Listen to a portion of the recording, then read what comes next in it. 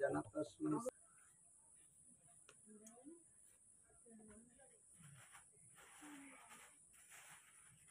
ধর্মক্ষেত্রে কুরুক্ষেত্রে সমবেতা যুযুত সব মাতা মাতা পাণ্ডবাশ্চৈব কিঙ্কুর্বত সঞ্জয়।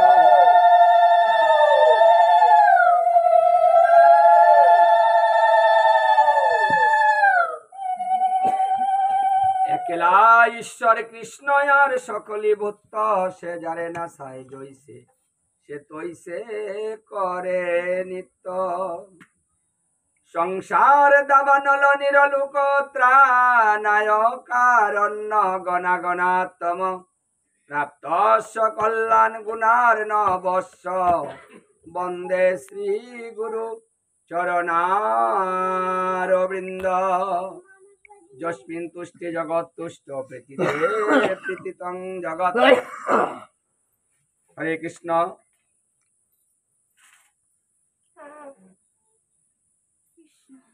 সংসার দাবানল, সংসার আগুনের আলোয়, চতুর্দিকে আমাদের আগুন ধাও ধাও করে জ্বলছে। সংসারকে দাবানলের সঙ্গে তুলনা করা হয়েছে। তাই এই সংসারটা জ্বালাময়। এই সংসারে আমরা শান্তি না পাওয়ার কারণ হলো আগুনের মধ্যে বসবাস করে দাবানলের মধ্যে থেকে কখনো শান্তি কামনা করা যায় না, আশা করা যায় না। কারণ আগুনের ধর্ম তাকে জ্বালাবে, পোড়াবে, কষ্ট দিবে। এটা আগুনের ধর্ম, সে করে যাবে। তাই এই সংসারের ধর্মটা হচ্ছে মানুষকে কষ্ট দেওয়া, জ্বালানো, পোড়ানো। প্রতিনিয়ত আমরা সেই জ্বালায় জর্জরিত হচ্ছি। আদি ভৌতিক, আদি দৈবিক, আধ্যাত্মিক, এই তিন প্রকার দুঃখ আমরা প্রতিনিয়ত ভোগ করছি। যেহেতু এটাকে দাবানলের সঙ্গে তুলনা করা হয়েছে, তাই সেখানে কেউ শান্তি পেতে পারে না। তাহলে শান্তির রাস্তাটা কি? হচ্ছে এই আগুন নিভাতে হলে গুরুদেবের কৃপা বাড়ি বর্ষণ করিতে হবে। এখানে বর্ষণ করতে হবে। বর্ষণ ছাড়া দাবানল নেভানো যায় না। তাই গুরু কৃপা বর্ষণ যে পর্যন্ত না হয় সেই পর্যন্ত সংসারের দাবানল নিবৃত্ত হয় না। এই জন্য গুরু কৃপাই কেবলম। একমাত্র গুরুর কৃপার দ্বারাতেই এই জ্বালাময় সংসার থেকে আমরা মুক্তি পেতে পারি, অন্য কোনো ভাবে নয়। এই জন্য জীবের নিস্তার লাগি নন্দ সুত হরি ভুবনে আসেন গুরুর উপদরি।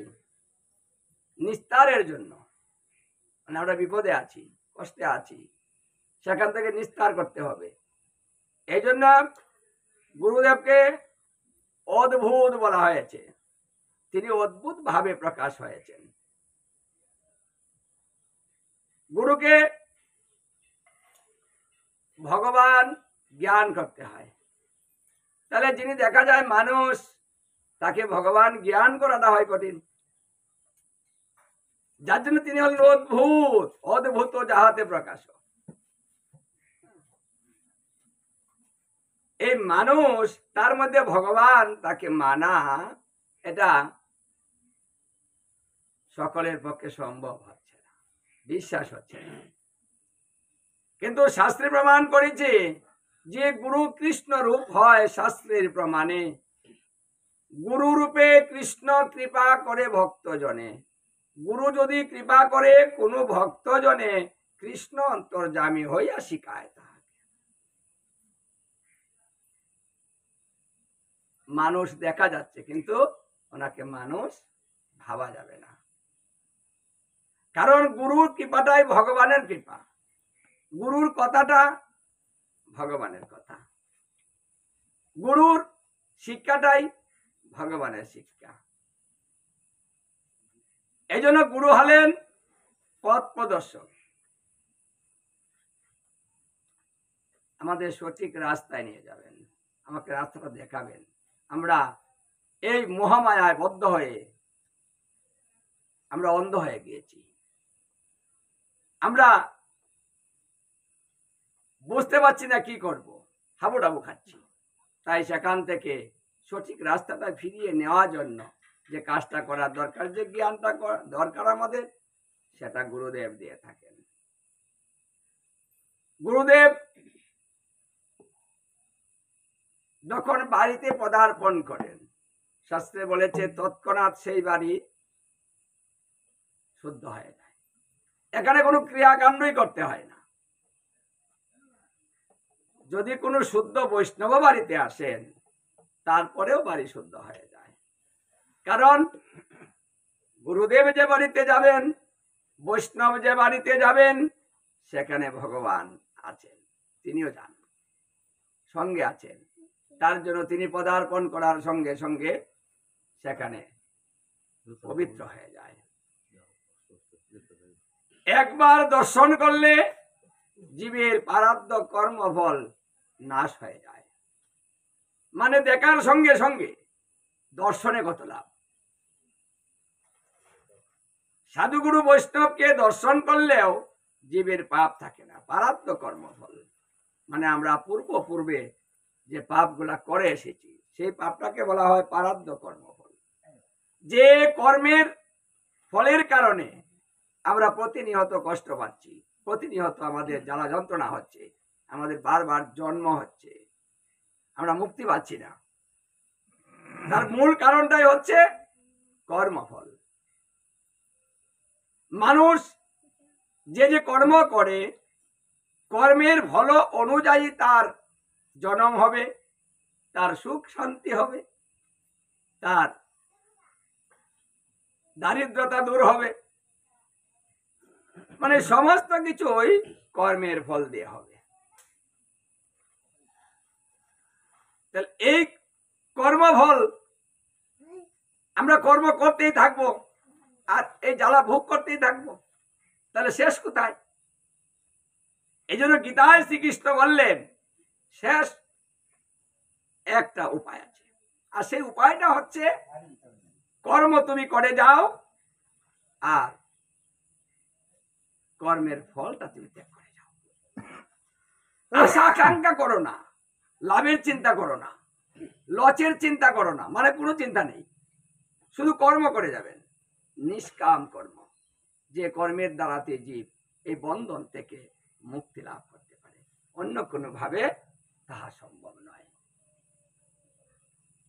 ভাগবতে বলা হয়েছে যে কলিকালে যদি কোনো ব্যক্তি ভাগবত কথা শ্রবণ করে আর 48 মিনিট সময় ভাগবতে ভক্তি নিবেদন করতে পারে, তাহলে সেই ব্যক্তি অন্তিমকালে কৃষ্ণ দর্শন করতে পারে, তার জ্বালা যন্ত্রণা মিটে যাবে। এই কলিজীবকে সহজে মুক্ত করার জন্য ভগবানের অনেক পরিকল্পনা করতে হয়েছে। যে পরিকল্পনাটা করে তিনি এসেছেন, কলিকালে ধর্ম প্রচার করেছেন। কলিকালে যুগ ধর্ম কেন প্রচার করলেন? এই সহজটা করে, কারণ আমরা কঠিন কিছু করতে পারছি না, সময় নেই আমাদের হাতে, একটু সময় বসতে পারছি না, তাই আমাদের জন্য সময়টাকে কমানো হয়েছে, সহজ করে দেওয়া হয়েছে। মাত্র 48 মিনিট একটা সময় বেঁধে দেওয়া হয়েছে। যদি কেউ কিচ্ছু করতে না পারেন, সময় দিতে না পারেন, তাহলে 48 মিনিট সময় দেন।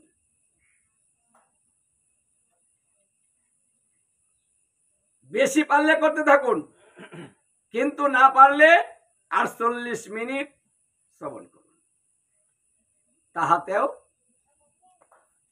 আপনার কর্মফল নাশ হবে, অন্তিমে কৃষ্ণ দর্শন হবে।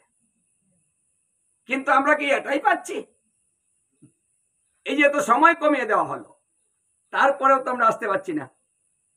এই তো এখানে সবাই আসতে পারেনি, এখনো বাজার থেকে আসেনি, কি তারা বাজার, সারাদিন ছুটেছে, সারাদিন দৌড়েছে, হ্যাঁ, এই মাঠে, এই বাজারে, এই কাজ, ওই কাজ। কি সবাই কাজে যাচ্ছিলেন না সারাদিন? শেষ কোথায়? এখান থেকে উঠবেন, আরেক কাজে গিয়ে ঢুকবেন, হ্যাঁ, ঘুমাতে যাবেন, আবার উঠে পড়েন, এই কাজটা তো করিনি, আর একটু পরে আসি। হ্যাঁ, দেখুন তো, এই যে প্রতিনিয়ত কাজ করছি, কিন্তু এর কিন্তু কুল কিনারা নেই, শেষ নেই। তাহলে এই যে ব্যস্ততা, এত ব্যস্ততার মধ্যে আমরা কি করে ভজনটা করব? সময় তো নেই আমাদের হাতে। ওটা কি ভগবান জানেন না যে এবার কলিজীবের হাতে সময় নেই? ওরা কর্মে ব্যস্ত থাকবে, সংসারে আবদ্ধ থাকবে, মায়ায় মুগ্ধ থাকবে, চঞ্চল মন হবে, খাবার মধ্যে রুচি হবে। উনি তো জানেনই, সব জানেন, কারণ তিনি তো অন্তর্যামী। আর জানেন বিদায় তো খাটো করলেন, ধর্ম সহজ করলেন, এক নামে ধর্ম দিলেন। কলিতে ধর্ম হয় নাম সংকীর্তন, মানে সবকিছু বাদ দিয়ে একটা করলেন, যে কলিতে ধর্ম হয় নাম সংকীর্তন। চারি যুগে চারি ধর্ম জীবেরই কারণ, এতএব কলিতে নাহি তপযজ্ঞ, যেজন ভজে কৃষ্ণ তার মহাভাগ্য। আপনি এত কিছু পারেন না, ভগবান বলছে দরকার নেই, তোকে আমি খাটো করে দিচ্ছি। এখনো যদি বলেন যে আমার সময় নেই, আরে কর্মের মধ্যে ধর্ম দেওয়া হলো, তাহলে আপনার হাতে সময় থাকবে না কেন? হাতে করো গৃহকর্ম, মুখে বলো হরি, অনাহাসে দিবে তুমি ভবন অধিকারী। কথাটা তো বলেই দেওয়া হয়েছে যে আপনি কর্ম করবেন, ভগবান জানে। আপনি সময় দিবেন না, ওটাও জানে, সব জানে। সারাদিন ছুটবেন, সময় নেই। ভাগবতে আসবেন না, সাধুগুরু বৈষ্ণবের সঙ্গ করার সময় নেই, আসবেন না। তাহলে কি করবেন? যেখানে যাবেন সেখানে ধর্ম করবেন। এই জন্য যেখানে যাবেন সেখানেই হরিনাম করবেন। সুযোগ মূর নাম যথাযথা লয়, স্থান কাল পাত্র নাই, সর্বসিদ্ধি হয়। আবো সুন্দর করে বলে দিলেন যে তুমি যেখানে মন চায় সেখানেই তুমি হরিনাম করতে পারো, তারপরে তোমার সর্বসিদ্ধি হবে। এক দুই সিদ্ধি না, মানে যা যা দরকার সমস্ত সিদ্ধি হয়ে যাবে। সাধ্য সাধন তত্ত্ব যে কিছু সকল, হরিনাম করিলেই মিলিবে সকল। আচ্ছা, তুমি যাহা কিছু চাও, যাহা কিছু প্রয়োজন, এক হরিনামের ভিতরেই সব দিয়ে দিলাম। বাস তুমি হরিনাম করো, এখান থেকে তুমি সব পাবে। নাম নামি অবেদ। তুমি আমাকে চাও, তাহলে তুমি আমার নাম গাও, মানে অন্য কিছু নয়। আমাকে খুশি করতে হলে তুমি আমার নামটাই জপ করো, অন্য কিচ্ছু করার দরকার নেই তোমার।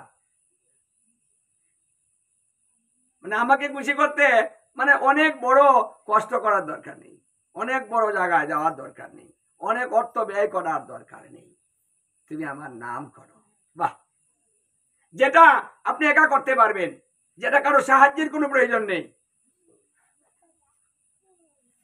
শুয়ে বুয়ে, হ্যাঁ, মানে যে কোনো ভাবে আপনি ধর্মটা করতে পারবেন। এবার সুযোগ আমাদের দিয়েছেন, আমরা পেয়েছি। এত সুন্দর সুযোগ পাওয়ার পরেও তারপরেও আমরা এই ধর্মটা করছি না। সত্যযুগের মানুষ তো হাজার হাজার বছর এক জায়গায় বসে থাকতে হতো। ত্রেতা যুগ, সেখানেও যজ্ঞাদি করতে হতো। দ্বাপর যুগ, পুজো অর্চনা করতে হতো।